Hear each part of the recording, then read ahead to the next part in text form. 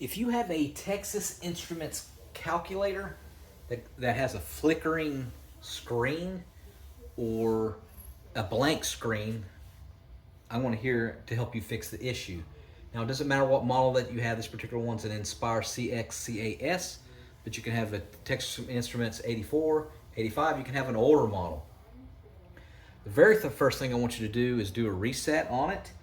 And so, for example, on the Nspire, there's a reset button here on the back, and you just hold it down with like a little paper clip or a safety pin or a little screwdriver like this, and you don't let go. You just basically hold it down for about 20 seconds, let go, see if that fixes the issue.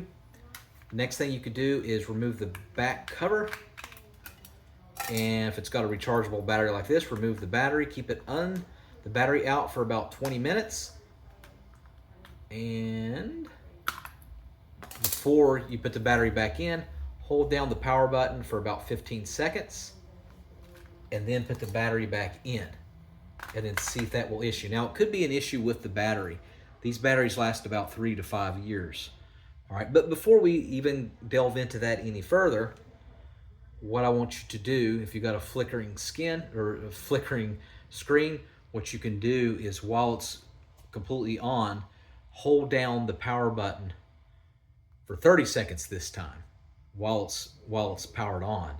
Let go and see if that fixes the issue. You'll find that a lot of times that will fix the issue.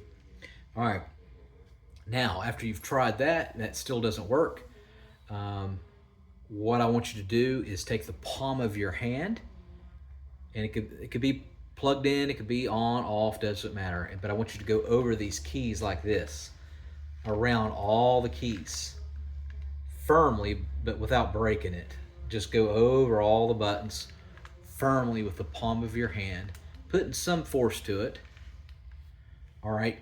If you have access to compressed air, it's basically air in a bottle. You can get it at Ace, Home Depot, Lowe's. I want you to spray the buttons, spray inside the ports, and then you can take this battery out and spray in there. If you have a hair dryer, you can use that, but make sure it's on cool. All right, and then see if that fixes the issue. It could be a power source issue if it's not the battery. So try plugging it in directly to the wall. So for example, if you've been plugging it into a computer or a MacBook, try plugging it in directly to the wall. Find you an outlet or a wall outlet like that, plug it into there, and let it charge for 30 minutes and see if that fixes the issue. Try replacing the power cord. I could put a link in the comment section. The majority of them uses mini USBs like this, USB. It's got like a fat input that goes into it. All right, I'll put a link in the comment section off of Amazon where you can get a new one. Try to get a new cord or try a different port. So if you're using a USB on your computer, try different. If you're doing it on the side, try to do it on the back. All right. Now, after you've tried that, look at the battery, and you may need to replace the battery.